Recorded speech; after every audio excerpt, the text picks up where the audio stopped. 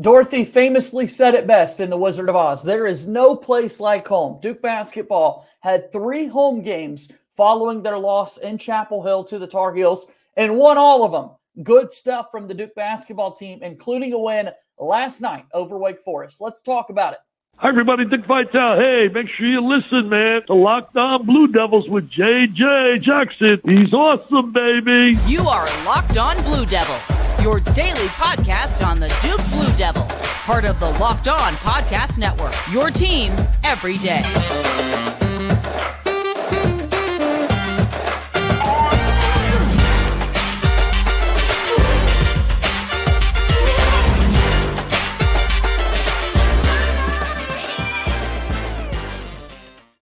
Hello, everybody, and welcome into another episode of the Locked On Blue Devils podcast. My name is JJ Jackson. Thank you so much for being with us here today on Tuesday, February 13th, 2024. Excited to bring you another new edition of the Locked On Blue Devils podcast where we discuss Duke's win last night over Wake Forest. The Blue Devils win by 8. They now improved to 19-5 overall on the season, 10-3 in the ACC. And joining us on today's show will be our friend Josh Cox, who was at the game last night for the Duke Report, and we'll break it all down throughout today's show. If you have not done so already, please be sure to follow and subscribe to Locked On Blue Devils for free, wherever it is that you get your podcasts. Also, make sure that you take this moment to watch us on YouTube. Hit that subscribe button to our YouTube channel, as we just so much appreciate your support here on Locked On Blue Devils. So without further ado, let's bring him on in. Super excited to now be joined by our friend Josh Cox, who's here with us now.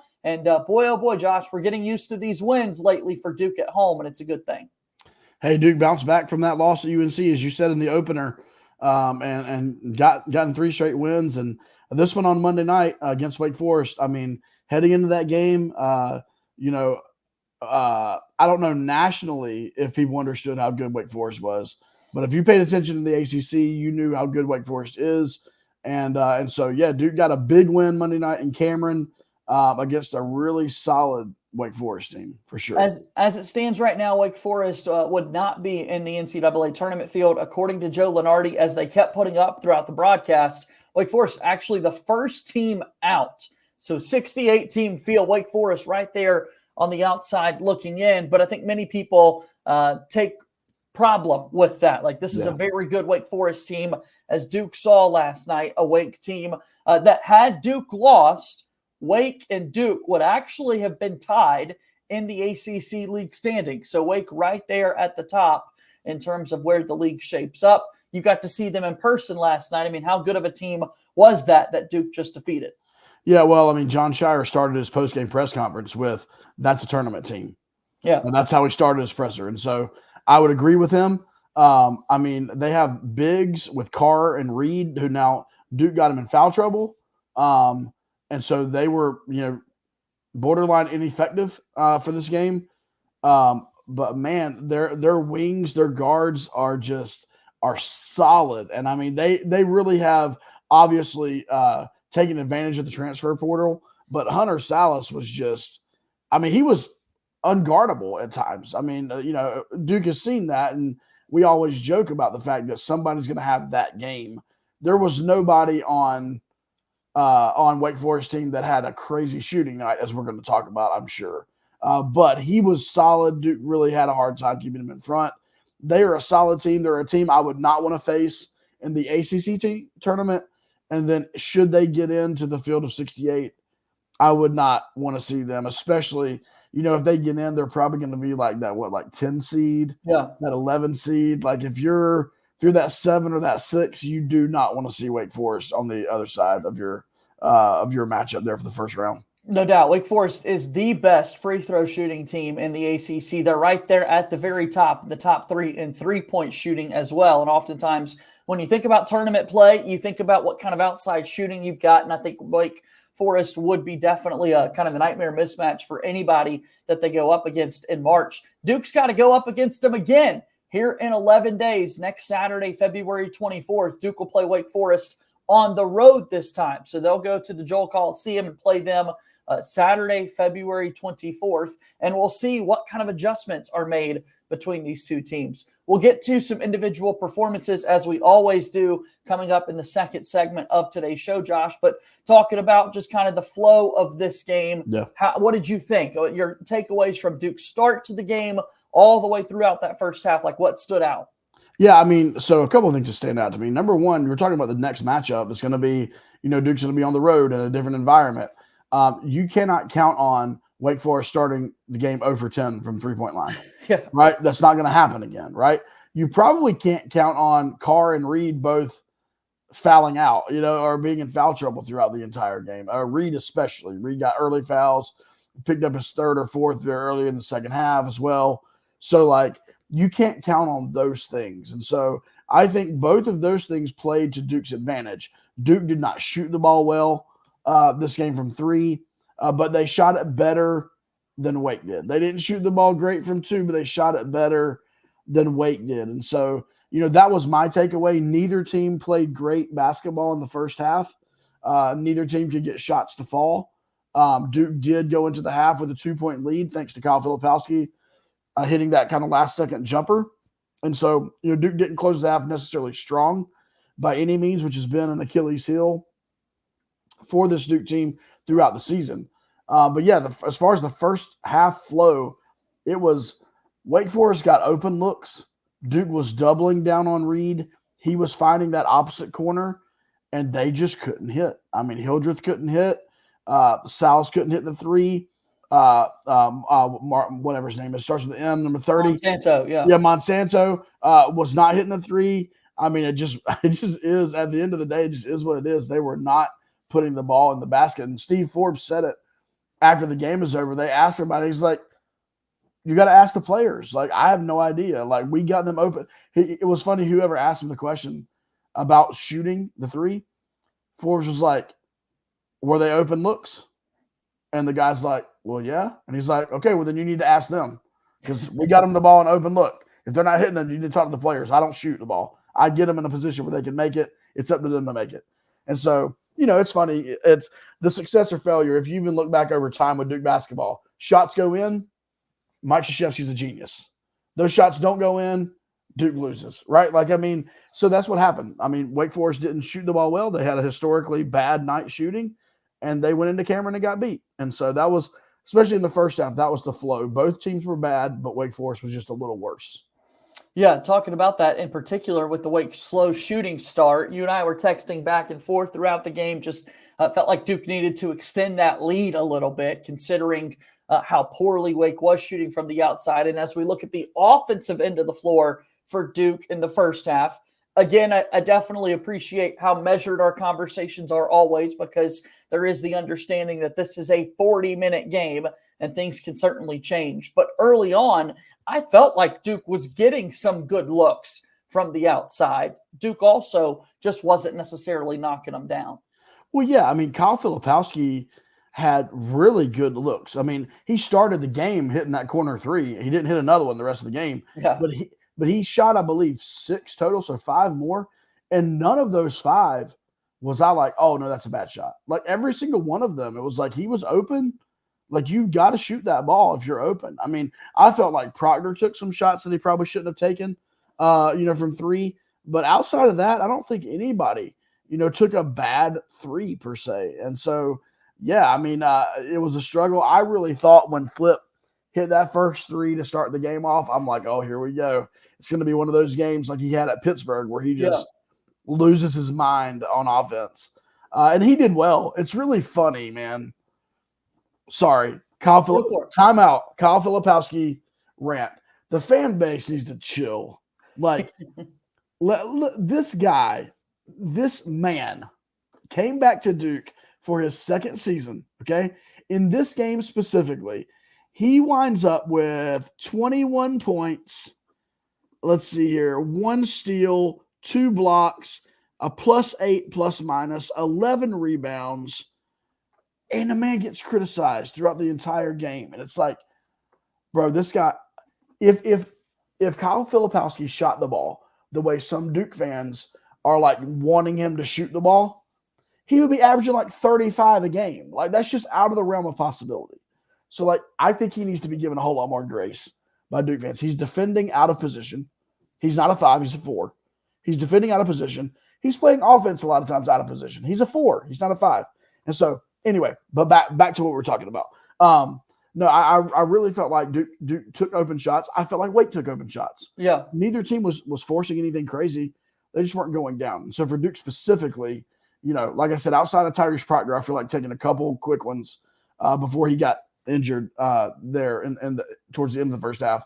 But I felt like everything else for Duke was in rhythm, and in a regular game, they're hitting 40% of those. And so, hopefully when they go and do the rematch in Winston-Salem, they do hit 40% of them. Yeah, that's what we're hoping for, and we'll get to see them again in 11 days. Duke, of course, had 3 straight home games. Now they've got 3 straight on the road. Then they've got a mix and match of 3, and then the final game of the regular season against North Carolina inside Cameron Indoor. So that's going to be pretty awesome. All right, let's talk about some of those individual performances. I've got more on Kyle Filipowski. We definitely need to talk about Tyrese Proctor. And my word, Mark Mitchell is heating up when Duke needed it most. So let's discuss all of that, Josh, after we take our first time out here on today's episode of Locked On Blue Devils. Locked On Blue Devils here today is brought to you by our friends over at FanDuel. That's right. Get buckets with your first bet on FanDuel, America's #1 sports book. Right now, new customers get $150 in bonus bets with any winning $5 bet. That's $150 if your bet wins. Bet on all your favorite NBA players and teams with quick bets, live, same-game parlays, exclusive props, and so much more. Do us a favor. Just visit FanDuel.com/lockedon and shoot your shot. FanDuel is an official partner of the NBA and the Locked On Podcast Network. All right, let's move forward here on today's episode of Locked On Blue Devils. JJ Jackson alongside my pal Josh Cox. We're moving away from the Super Bowl. Now we're getting set for all these exciting props and lines coming up in regards to the NBA, in regards to March Madness right around the corner. I've mentioned this before, but definitely living the peak of my bachelor life right now. The 2 TV setup in the living room, and last night able to have Duke on one game on one screen, the Hornets and Pacers on another, and Duke alum Seth Curry now playing with the Hornets had an amazing game. You and I haven't got a chance to talk about the NBA here recently, Josh. No, we haven't, man. We did that last season. I'm ready for it. And by the way, ladies, if you're watching or listening, you heard JJ is killing the bachelor life, but I'm sure he would welcome not I'm having ready to for that next stage. Yes, that's not why we came on here today, but I'm just throwing it out there. It's I appreciate you, brother. All the listeners and the viewers. Yes, I love that. I love that. All right, so let's talk about some of those individual performances from last night's game. You started with Kyle Filipowski. I want to get to him myself here in a moment, but let me give you the floor again. Tell me how, Kyle Filipowski, ACC preseason player of the year. In a lot of ways, he hasn't lived up to people's expectations. Are they fair? Are they not? That's been the conversation. But when you look a little further, some numbers are a little bit better than they may appear, and some aren't good at all. And we'll kind of get into that. Yeah, correct. I mean, listen, he's struggling from the free throw line. There's no question about that. If you watch him, though, and that's the unique thing about being able to be at the game and being so close to the action, is you get to watch him and he thinks every one of them is going in, right? It's not that his shooting form is off. He literally thinks everyone's going in. So I think that's going to come around. He's not shooting the 3 as efficiently as he was earlier on in the season. But, once that is part of the ebbs and flows of a season. I think the biggest thing for Kyle Filipowski is his mental game. And listen, this guy can play a terrible basketball game and he's still going to score in double digits. Okay, that just is what it is. He is that dude. He can have a terrible night and just by him existing on the court, he's going to get 10 points. So I try to give him grace. As I mentioned, I think he's playing out of position. He's defending out of position. And so he's trying to adjust his game. And it's like John said, Shire said after the game last night, Kyle just has to figure it out. And then he has to give himself 100% to what it is that's going to help the team win the most. And so I will say this, as you interact with Kyle after the game in the locker room, his spirits are high. He jokes and laughs and has fun with the media. And so like I'll give him that. Like it hasn't affected him in that sense. But yeah, I mean, listen, if RJ Davis wasn't having an RJ Davis season, would we still be talking about Kyle Filipowski as the potential ACC player of the year? Probably. He'd be in that conversation. He's got 8 double-doubles on the season. By the way, only 2 more double-doubles than Jared McCain. He has 6. I'm sure we'll talk about him in a minute. Yeah. But anyway, that's my overall thought about Kyle Filipowski, man. I think he's in a little bit of a shooting slump. But, man, I tell you what, that mid-range game, the way he can handle the ball as a 7-footer, when he doesn't force it on the offensive end, he is so effective. Yeah, I look at the numbers from last night again. 21 points on 8 of 14 shooting, 1 of 6 from 3-point range. So on 2-point shots, he was 7 for 8. That's elite. Yeah. He had even a couple of mid-range jumpers, to your point, where he's showing the touch, including one right at the buzzer at the end of the first half when Duke kind of needed a bucket. But during halftime of last night's game, I sent something out there on Twitter that picked up a little bit of traction from loyal Duke fans who might be a little frustrated with Filipowski's play. And that was just simply this. Since the calendar turned to 2024, Filipowski is shooting 56% from the free throw line. He shot 76.5% there a year ago. And then over his last 7 games, he's 5 for 28 from 3-point range. Not where you want him to be at all on the shooting numbers. And I think that's where a lot of the frustration comes from. Yeah, I mean, you're exactly right. Once again, it's not the free throw game is a mental game. And we know that. That's a mental game. He's just got to win that. That's not a game he's playing against anyone else but himself. So he's got to win that game. His mechanics are fine. And then on the offensive end, like I said, he shot 6 last night. He made 1. I didn't think the 5 that he missed, I thought they were all in rhythm. I thought they were all open. I mean, listen, a shooter goes through slumps. You talk to any shooter. You talk to the greatest. You listen to J.J. Redick, the greatest Duke shooter of all time. He's going to talk about slumps, and you got to shoot through your slumps. Jared McCain has kind of gone through a little bit of the same thing. He's not shooting the ball quite as well from 3 as he was. Guess what? John Shire mentioned it in his postgame. Jared McCain is going to still take that shot. Every time he gets it and he's open, he's going to take it. And so it's part of being a shooter. I think Flip's just got to play through it. I would love – listen, what did he have, 21 last night? Yeah, 21, 1 for 6 from 3. Let's just say he goes 3 for 6 from 3. He's now at 27. Let's say he goes 100% from the foul line. He's at 30.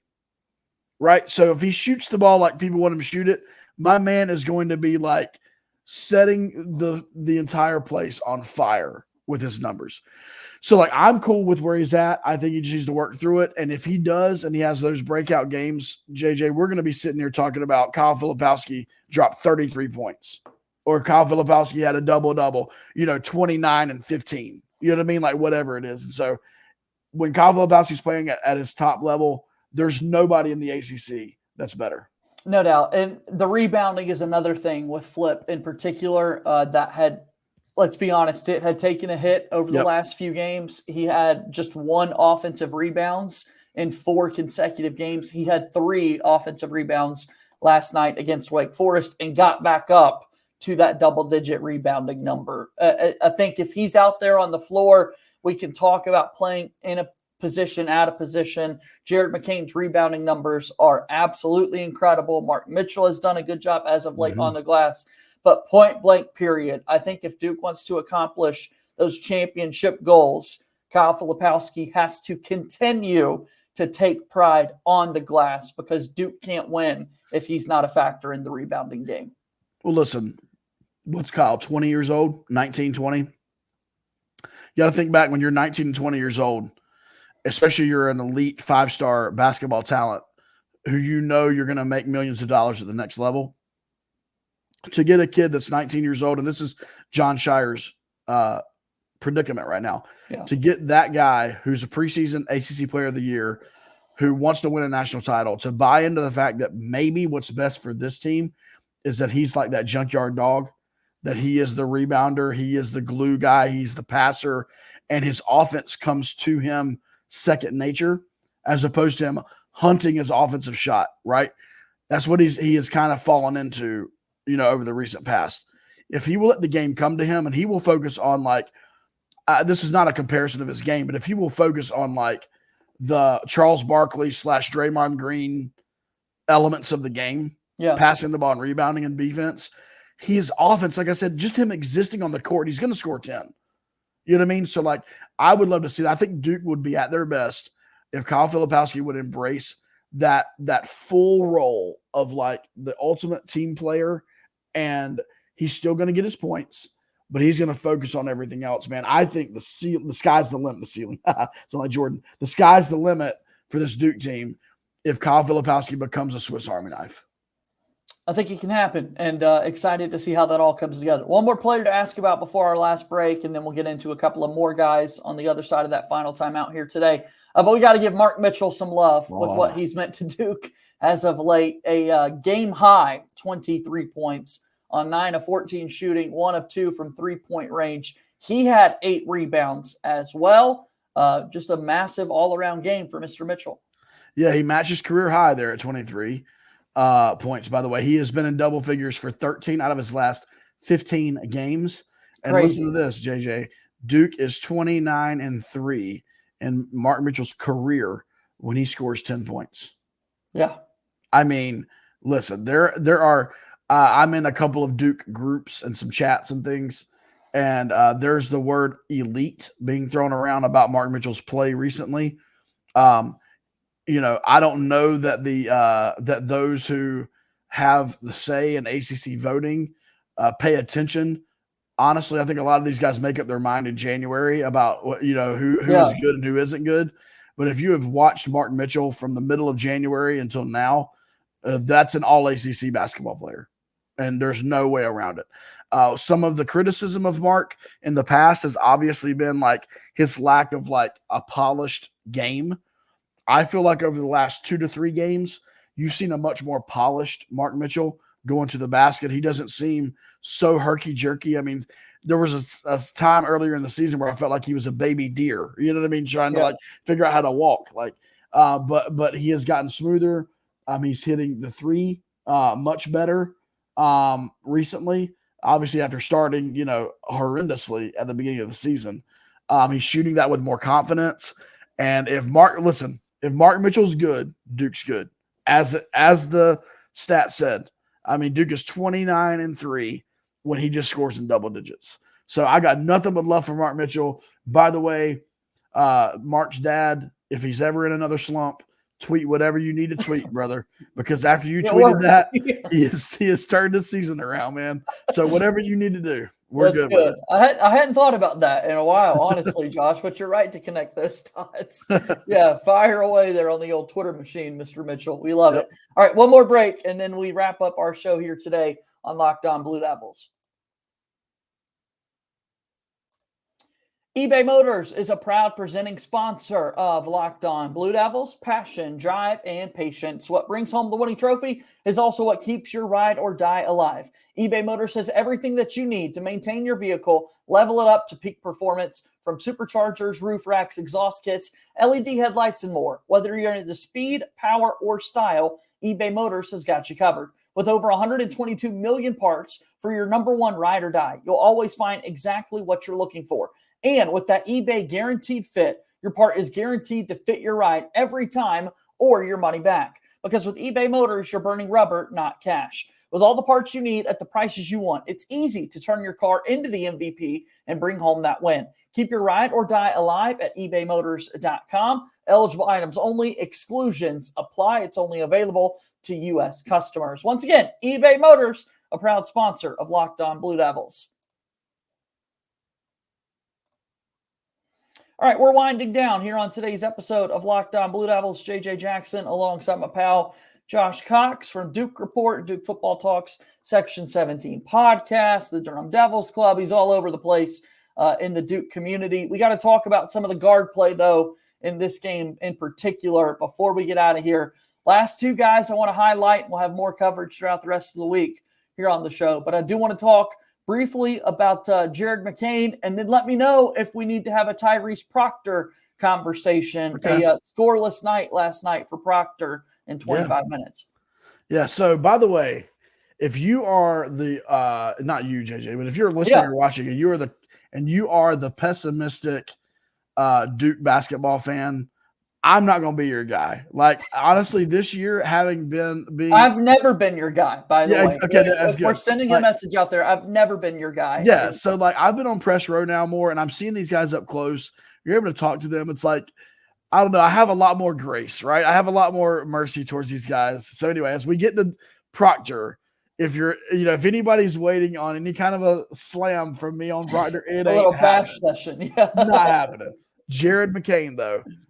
Okay, my man. This is like it's he's well my guy. documented. It's been said before. This is your guy. Yeah, He's my guy on this team. I mean, listen, not just Jared McCain, but a little flashback last night to like some old school Mike Krzyzewski minute distribution. I mean, Mark Mitchell and Kyle Filipowski and Jared McCain played 38 minutes of that game. Jeremy Roach played 30. And then the only reason why Tyrese Proctor only played 25, as well as Kevin Foster, but the only reason why Proctor only played 25 is because he hit his head, and Shire mentioned after the game they need to get him looked at, and they wanted to make sure everything was good there. There was a tiny bit of Jalen Blake's, a tiny bit of Sean Stewart, a tiny bit of TJ Power. But like at the end of the day, Ryan Young, a tiny bit, but like this was that top six, and like they played. So I thought that was interesting. But back to Jared McCain. This is 4 out of 5 games that Jared has had a double-double. I believe that's correct. Yeah, 4 in the last 5. Correct. That he's had a double-double. He is the most fundamentally sound basketball player on this team. He's the most fundamentally sound basketball player that I have seen at Duke in a long time. Coach Shire mentioned that a couple of the reasons why he rebounds so well, he's got a nose for the basketball. He watches the trajectory very well. He understands angles, but he also is the guy who's willing to get down there and box out the opposite side block, the big guy. Like he gets in there and moves his body and gets in good position. And so then he shot the ball decently last night. I mean, a little bit of a bounce back, 4 for 7. Wait, what was he from 3? 3 for 7. 3 for 7 from 3. So just under 50% from 3, but another double-double. Honestly, at this point, it's hard to take the guy out of the game.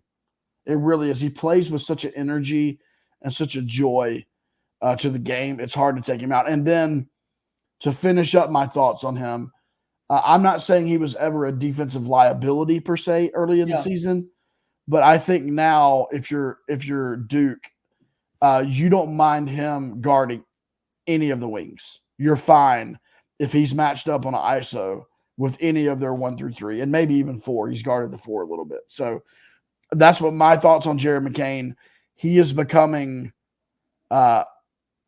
one of the most, I'm not going to say the most yet, one of the most important players on this team. Without a doubt. He's so much fun to watch each and every game. He's becoming my favorite player on this Duke basketball team since my loyal soldier, Jaden Shute, is out redshirting this year. We'll move Jared McCain into that spot. But yeah, before we get out of here, because we are running out of time here, Josh, I do just want to mention that, look, Tyrese Proctor only had 2 points in that North Carolina game, doesn't score last night, took a hard fall. I mean, he was putting his body out on the line there with the 7-footers that, Wake Forest felt like they had 15 7-footers on their team in last night's game. Did you see anything up close? Like what's your sense of Proctor right now? I mean, number one, I think the hit that he took in his head was probably harder than what it looked like on TV. He immediately went down and he didn't get up for a little bit. So I think that's got to be looked at, but that doesn't obviously speak to the play before that, the way he's played in the previous couple of games. He's definitely been, an up and down throughout the season. But you know what?